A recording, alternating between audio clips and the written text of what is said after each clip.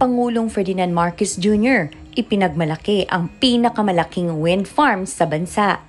Sa pangunguna ni PBBM, iginiit ng administrasyon ang pangakong pagbibigay ng energy security at pagpromote ng renewable energy sa bansa. Ang kaganapan na ito ay nangyari para sa isang presentasyon ng 160 megawatt wind farm sa Pagudpud, Ilocos Norte, May 19, 2023. Kasama sa presentasyon ay ang pangunguna ng ASEN, ang kilalang energy platform ng the Ayala Group. Ang Pagudpud Wind Farm ay kasalukuyang kinikilalang largest wind farm sa bansa na binubuo ng 32 wind turbine generators na kayang mag-produce ng 5 megawatts kada isa. Naipakita na kaya itong magbigay ng lakas ng mahigit 123,000 homes at maiiwasan ang nasa 340,000 metric tons na carbon emission kada taon. Second green energy auction with over 11,000 megawatts of renewables capacity should attract significant investments in this sector. It's worth noting that Pagudpud Wind Farm is one of the power plants that succeeded in the first green energy auction. We're also encouraged by the efforts of the government to enable new technologies such as offshore wind, as well as the efforts to address the bottlenecks in transmission development. All of these which we were discussing with Secretary Lotilla. We believe that these efforts will help unlock the full potential of renewables in Ilocos Norte and the country. Ilocos Norte remains the best source of wind in the country and still has significant developmental potential both for onshore but also offshore areas, and the President himself was encouraging us to keep expanding. If I could now invite His Excellency President Ferdinand Marcos Jr. to accept a token from Ayala Corporation and our family. Visions is a collection of photos by my father, Mr. President, Jaime Zobel Ayala. These photos are glimpses of the world as seen through his eyes that cross boundaries between photography and collage and define the world of its own. He was very keen, Mr. President, for you to have it. Thank you so much.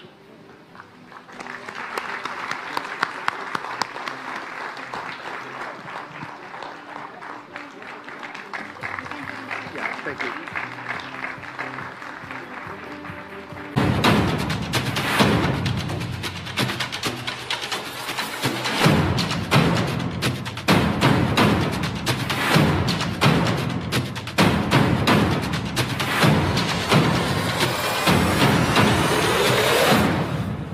And doon sa bandang Bangi, I think those of you who work, who have been around may area doon na napakalakas ang hangin.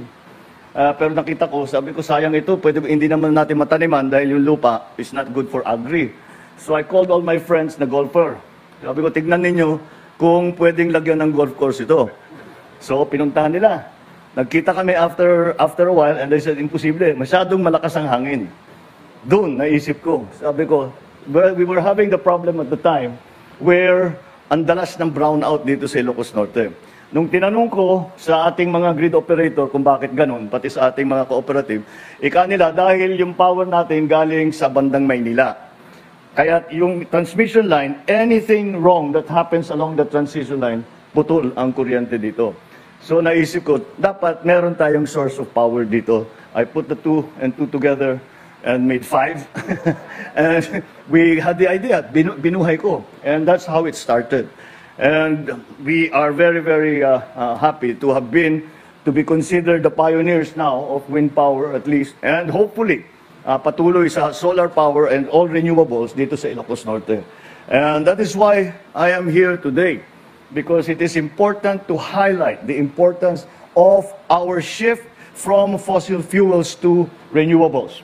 And this is a very, very important and very, very large part of that shift that we are trying to implement in our energy mix. At kaya naman, napakalaki na. This expansion is the biggest single project, wind farm project in the whole of the Philippines. Meron siguro yung maliliit yung phases, but this is the biggest single phase expansion sa buong Pilipinas. And although the Ayalas came, they were not the first. Boy, when you started, you really didn't stop. You just kept going and going. Palaki ng palaki yung mga windmill, palaki ng palaki yung mga turbine, and patuloy pa rin. Sa aking pagbabiyahe, sa kinakausap natin, ang mga kaibigan nating dayuhan tungkol sa renewable energy. And we talk about where are the areas. Halimbawa, solar sa Pilipinas, kahit saan pwede.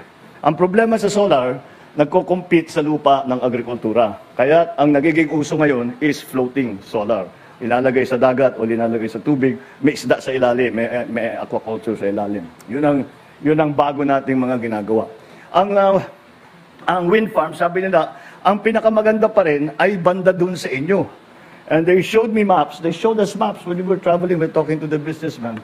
Hindi lamang ito yung nakikita natin around Bangi, Pagudpud, all the way down hanggang almost halos na doon sa eastern towns, ay talagang pwede. But even more, dahil ang pinupuntahan ng teknolohiya ng wind farm ay palaki ng palaki. Yung aming sinimulan, the first 18 turbines were rated at about 1.6 something, 1.7 megawatts. Itong nasa harap natin, 5 megawatts na yan. Ang pakpak dati is only about 50 something meters. Ang tower is only 100. This is already 150 meters. And the blades are more than 100 meters long. Kaya makita the technology has been moving forward. But again, it is a very proud day for me to see that with what we had started has continued, and it looks like it will further continue. After this, I hope that we will be coming back fairly soon to inaugurate the 100th turbine. And tayo naman, mga tiga Ilocos, let us continue to keep the province as the pioneer for renewables. We are leading the way for the whole country. The time hopefully will come, hopefully soon, that we can say na iurong na natin ang energy mix natin in favor of renewables. Malapit na, basta patuloy natin gagawin ito. At pagka patuloy na meron tayong mga partner, kagaya ni Jasa, kagaya ni Fernando, hindi tayo, we cannot fail. So, let us keep going, and congratulations to all that have put in, I am sure, a great deal of hard work before this is possible. It was possible to inaugurate this 166 megawatt expansion. Maraming salamat sa inyo lahat, and we are grateful for your continuing interest here in Ilocos, in Pagudpud, Ilocos Norte, and in promoting the supply of electricity from renewables. Thank you very much. Thank you, Mr. President.